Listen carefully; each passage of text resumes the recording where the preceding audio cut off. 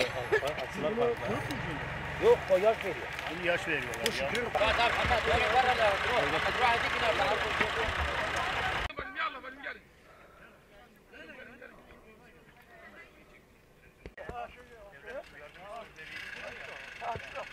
Gel Aliye.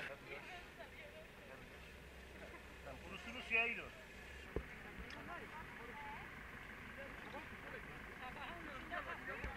Hüseyin abi nerede ya? Herhalde diğer yerde.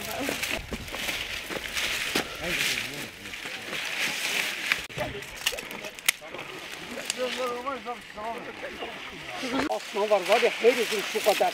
O bağ alacaktınız nasıl bir şeyle oldu? Bu üzüm mü? Telefon geliyor. Adama söyledi. Amcam böyle yapıyor. Babama diye söyle ara. Oğlum sen onu etme. Ali kesme böyle kesme. Kim ne kesme? Dur. Hiç rahat dur. Bak bizim el karı. Yemez yemez. Haram. Evet. Hacıya. Alır hacıya adam. Allah işini gücünü rast getirer. Evet devam edin. Böyle bak. Oraya git.